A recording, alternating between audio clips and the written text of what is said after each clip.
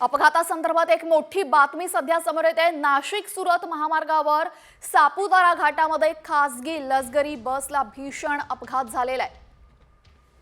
ही बस 200 फूट दरीमध्ये कोसळल्यामुळे हा अपघात झाला असून आणि या अपघातामध्ये 7 जण जागीच ठार झालेले आहेत, तर इतर 15 जणांची प्रकृती चिंताजनक असल्याची माहिती मिळते। पहाटे 5:30 वाजताच्या सुमारास या बसला अपघात झाला आणि या भीषण अपघातामध्ये बसचा अक्षरशः चेंदामेंदा झाल्याचं आपण पाहतोय। या संदर्भात अधिक माहितीसाठी आमचे प्रतिनिधी अभिजित सोनवणे आपल्यासोबत जोडले गेलेले आहेत। अभिजित, सध्या जे जखमी आहेत त्यांची प्रकृती कशी आहे?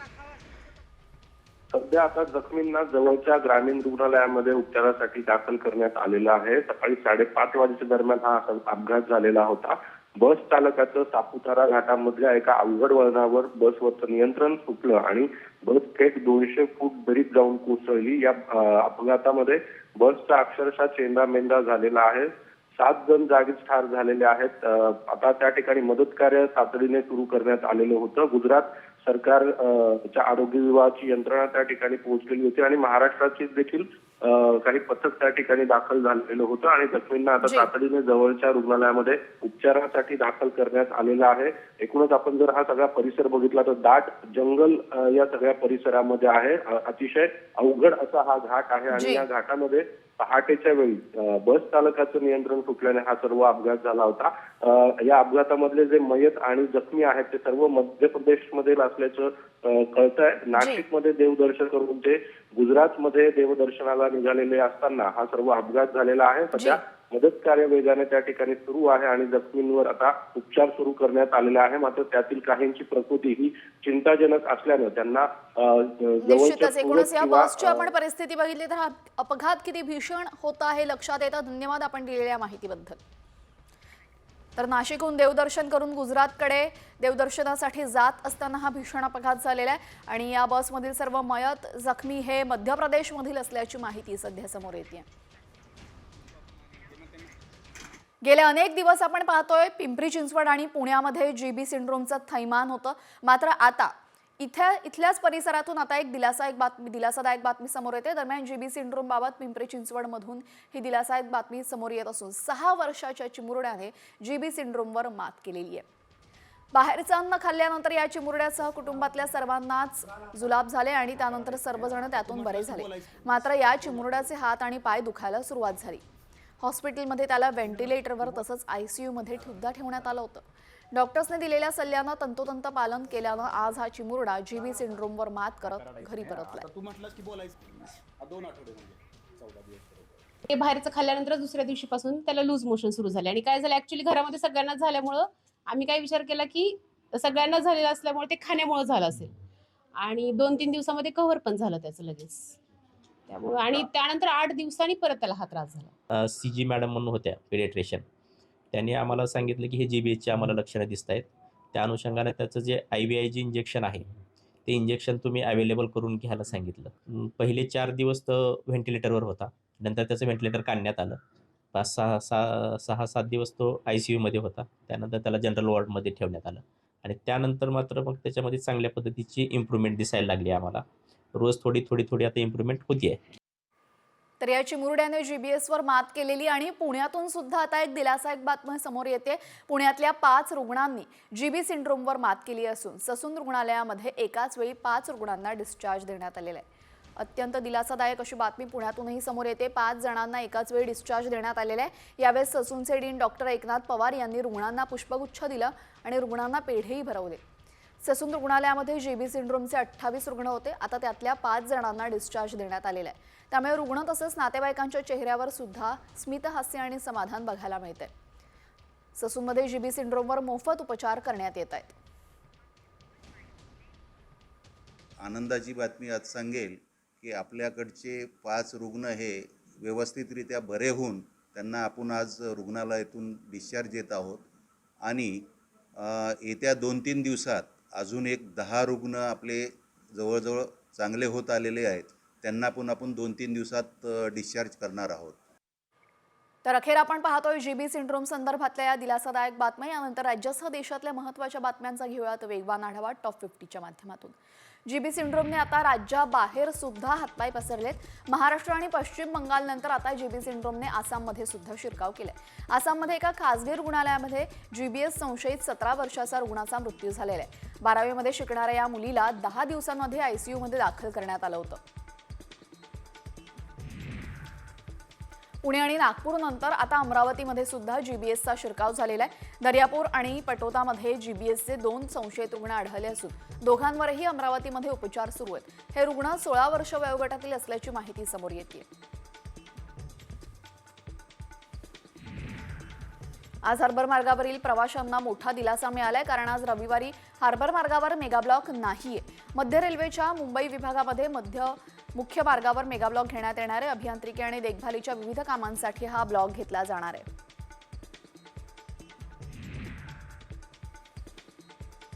मुंबई विद्यापीठाच्या कलिना कॅम्पस येथील इंडोर स्टेडियममध्ये विद्यार्थी खेळत असताना अचानक सिमेंट स्लॅब कोसळलेला आहे। यामध्ये विद्यार्थ्यांना कुठलीही दुखापत झाली नाहीये, परंतु ही दुर्घटना इतकी गंभीर होती की जर विद्यार्थ्यांच्या अंगावर हा स्लॅब कोसळला असता तर त्यांचा जागीच मृत्यू झाला असता। आज वसंत पंचमीच्या मुहूर्तावर श्री विठ्ठल रुक्मिणी मातेचा शाही विवाह सोहळा संपन्न होणार आहे। विवाह सोहळ्याच्या निमित्ताने श्री विठ्ठल रुक्मिणी मंदिरामध्ये आकर्षक फुलांची सजावट करण्यात आली आहे। यामध्ये सुमारे 3.5 ते 4 टन फुलांचा आणि 1 टन ऊसाचा वापर करण्यात आलाय। वसंत पंचमीच्या निमित्ताने विठ्ठल रुक्मिणी मातेचा शाही विवाह सोहळा होणार आहे। या विवाह सोहळ्याच्या निमित्ताने रुक्मिणी मातेला विविध पारंपरिक अलंकार परिधान करण्यात आलेले आहेत। या अलंकारांमुळे रुक्मिणी मातेचं रूप अधिकच खुलून दिसतंय। दुपारी 12 वाजता विठ्ठल सभागृहामध्ये विठ्ठल आणि रुक्मिणीचा शाही विवाह सोहळा संपन्न होईल। क्रीडा मंत्री दत्ता भरणे यांनी बारामतीमध्ये कबड्डी खेळण्याचा आनंद लुटला। डोर्लेवाडी इथल्या राज्यस्तरीय कबड्डी स्पर्धेचं उद्घाटन भरणे यांनी केलंय। यावेळेस भरणे यांनी कबड्डी खेळण्याचा आनंद लुटलाय।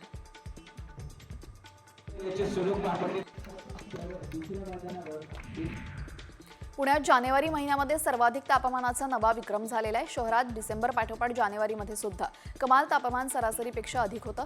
पुण्यामध्ये यंदा गेल्या 10 वर्षातल्या सर्वाधिक तापमानाची नोंद झाली असून तापमानामध्ये 36 अंश सेल्सिअस डिग्रीच्या वर गेलं होतं। सोमवारी नागपुरातला पाणीपुरवठा बंद राहणार आहे। पेन्सच्या 2 आणि 3 नंबरच्या जलशुद्धीकरण केंद्राच्या देखभाल आणि दुरुस्तीचं काम हाती घेण्यात आलंय, तर अनेक ठिकाणी पाईपलाईन बदलण्याचं कामही केलं जाणार आहे। त्यामुळे आता सोमवारी सकाळी 10 वाजल्यापासून ते 4 फेब्रुवारीच्या दुपारी 4 वाजेपर्यंत पाणीपुरवठा बंद होणार नाही। या काळामध्ये पाणी जपून वापरण्याचं आवाहन नागपूर महापालिकेकडून करण्यात आलंय। पुण्याच्या फर्ग्युसन कॉलेज मैदानामध्ये सुरू असलेल्या विश्व मराठी संमेलनाची आज सांगता होणार आहे। मनसे अध्यक्ष राज ठाकरेंच्या प्रमुख उपस्थितीमध्ये हा समारोप होईल। अभिनेता रितेश देशमुख यांना यावेळेस कलारत्न पुरस्कार प्रदान करण्यात येणार आहे। वाशिमच्या मंगरुळपीर इथं जिल्हा परिषदेच्या उच्च प्राथमिक शाळेमध्ये विद्यार्थ्यांना सुप्रसिद्ध गायक शंकर महादेवन यांना गायनाचे धडे दिलेले आहेत। ऑनलाईन पद्धतीने या विद्यार्थ्यांचा गायनाचा क्लास घेण्यात आला। दर गुरुवारी या विद्यार्थ्यांना शंकर महादेवन आता शिकवणार आहेत। मुंबई येथील वानखेडे स्टेडियमवर रविवारी भारत विरुद्ध इंग्लंड यांच्यातील 5 सामन्यांच्या T20 मालिकेमध्ये शेवटचा सामना संध्याकाळी 7 वाजता होणार आहे। भारताने शुक्रवारी पुणे येथील 4था सामना जिंकून मालिका आपल्या नावावर केलेली। आता रविवारचा सामना केवळ औपचारिकता राहिला आहे।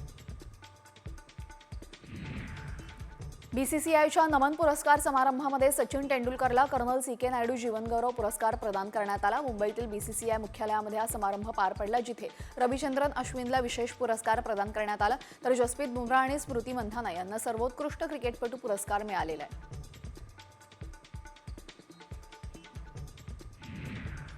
अहिल्यानगरमध्ये आज महाराष्ट्र केसरीची अंतिम लढत होणार आहे। शिवराज राक्षे विरुद्ध पृथ्वीराज मोहोळ यांच्यामध्ये अतितटीचा सामना होणार आहे। तसेच माती विभागातून सोलापूरच्या महेंद्र गायकवाड विरुद्ध परभणीच्या साकेत यादव यांच्यातही अंतिम लढत होणार आहे। राज्यातील सर्वाधिक पुरुष नसबंदी शस्त्रक्रिया करणारा नंदुरबार जिल्हा हा पहिला ठरलेला आहे। सातपुड्यातील दुर्गम भागामध्ये असलेल्या धडगाव तालुक्यातील आदिवासींनी पुढाकार घेऊन नसबंदीचा रेकॉर्ड ब्रेक केलेला आहे। आदिवासी भागामध्ये लोक जागृत होऊ शकतात, तर राज्यातील लोक का नाही असा सवाल या निमित्ताने उपस्थित झालाय।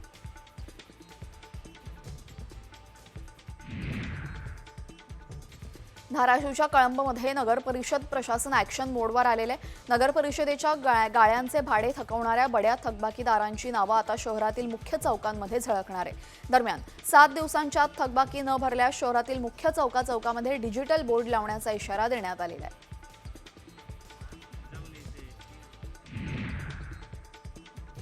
अंबरनाथ शहराचं प्रवेशद्वार असलेल्या लोकनगरी MIDC लगत सध्या मोठ्या प्रमाणात अनधिकृत गाळे उभारण्यात आलेत. या गाळ्यांवर कारवाई करण्यात अंबरनाथ पालिकेच्या अतिक्रमण विभागाचे अधिकारी कुचराई करत असून त्यामुळे अधिकाऱ्यांचे भूमाफियांशी लागेबांधे आहेत का असा प्रश्न नागरिकांमधून विचारला जातोय.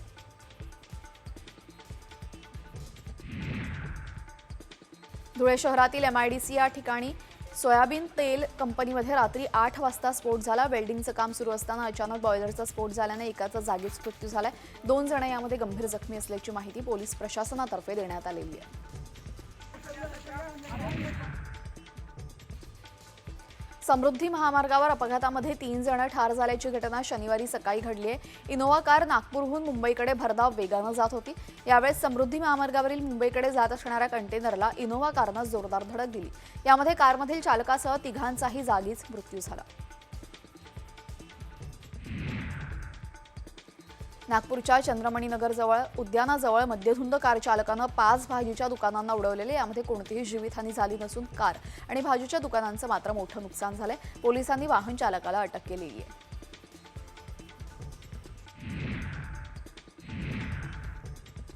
पत्नीच्या डोक्यात दगड घालून पत्नीची हत्या करणाऱ्या पतीला जन्मठेप सुनावण्यात आलेली आहे. बीड जिल्हा आणि सत्र न्यायालयाने हा निकाल दिलाय. पत्नीने दारू पिण्यासाठी पैसे दिले नाही म्हणून संभाजी वाल्हेकर याने पत्नी नीलम हिचा 14 एप्रिल 2023 मध्ये खून केला होता.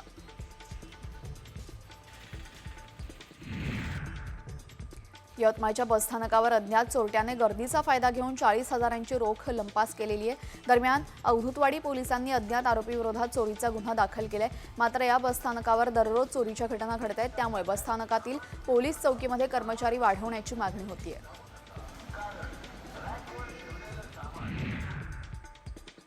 धाराशिव जिल्ह्यामध्ये पोलिसांनी अवैध मद्यविरोधी विशेष मोहीम राबवलेली आहे. यावेळेस त्यांनी उमरगा बेंबळीसह धाराशिव शहरामध्ये ही कारवाई केलेली आहे. दरम्यान हजारो लिटर गावठी दारू आणि निर्मितीचे पदार्थ नष्ट करण्यात आले आहेत.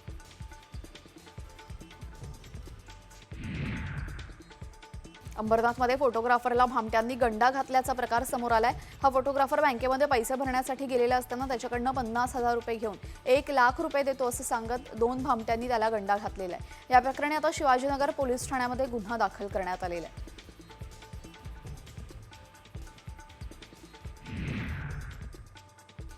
LIC पॉलिसीच्या नावाखाली नागरिकांना लाखोंचा गंडा घालणाऱ्या दोघांना पोलिसांनी अटक केलेली आहे. आरोपींनी पुण्यातील वेगवेगळ्या ठिकाणी बनावट कॉल सेंटर उभं करून नागरिकांना फोनद्वारे LICची माहिती सांगून फसवणूक केल्याचं समोर आलेलं आहे.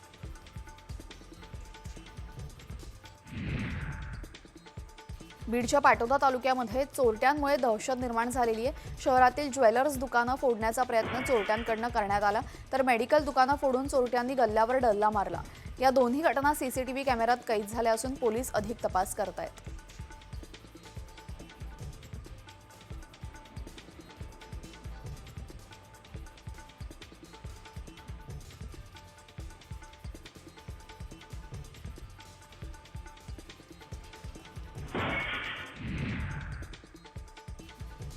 नाशिकमध्ये 2 दिवसांमध्ये 4 देशी बनावटीचे कट्टे नाशिक पोलिसांनी जप्त केलेत. या कारवाईमध्ये 8 दिवसांमध्ये 5 गावठी कट्टे जप्त करण्यात आलेत. नाशिक रोड परिसरामध्ये गस्तावेळी गुप्त माहितीद्वारे पोलिसांनी सोमेश्वर हंगरके या 27 वर्षीय तरुणाला ताब्यात घेतलेले.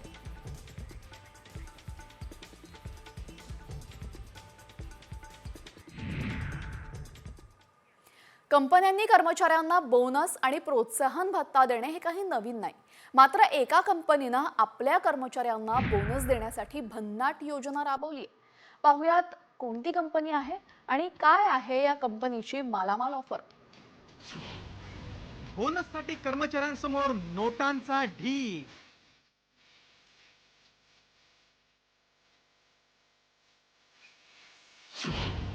पंधरा मिनिटात जितके पैसे मोजाल तेवढा बोनस. कर्मचाऱ्यांना मालामाल करणारी ऑफर.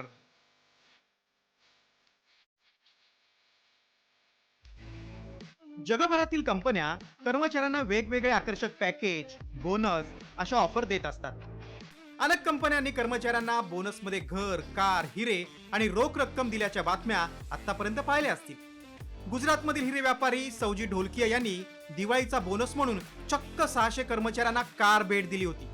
तसंच काही वर्षांपूर्वी त्यांनी 1200हून अधिक कर्मचाऱ्यांना फ्लॅट बोनस म्हणून गिफ्ट केले होते. आता अशाच एका कंपनीच्या अनोख्या बोनसची जगभर चर्चा होते. या कंपनीनं टेबलावर नोटांचा ढीग ठेवला आणि तुम्ही जितके पैसे मोजाल तितके पैसे तुमचे आणि तोच तुमचा बोनस असं जाहीर केलं. मग काय, कर्मचाऱ्यांची पाची बोटं तुपात. अगदी अनेक कर्मचाऱ्यांच्या हातून पैसे ओसंडून वाहत होते. तुम्हाला उत्सुकता असेल, कर्मचाऱ्यांसमोर अशा पैशांचा ढीग ओतणारी कंपनी कोणत्या देशातील आहे? तर ही चीनमधील हेनान मायनिंग क्रेन नावाची कंपनी आहे. चीनमधील या कंपनीनं जगावेगळी कृती करून सर्वांचं लक्ष वेधलंय. तुम्ही 15 मिनिटात जेवढे पैसे मोजाल तेवढी रक्कम कर्मचाऱ्यांना बोनस म्हणून मिळेल अशी ऑफर कर्मचाऱ्यांना दिली. कंपनीने एका भल्या मोठ्या टेबलावर $11 मिलियन म्हणजे 70 कोटी रुपयांचा नोटांचा ढीग ओतला. जितके पैसे मोजाल तितके तुमचे. टेबलावरील बोनस वर्षभरासाठी असून ही ऑफर मात्र फक्त 15 मिनिटांसाठी असल्याचं कंपनी कर्मचाऱ्यांना सांगायला विसरली नाही.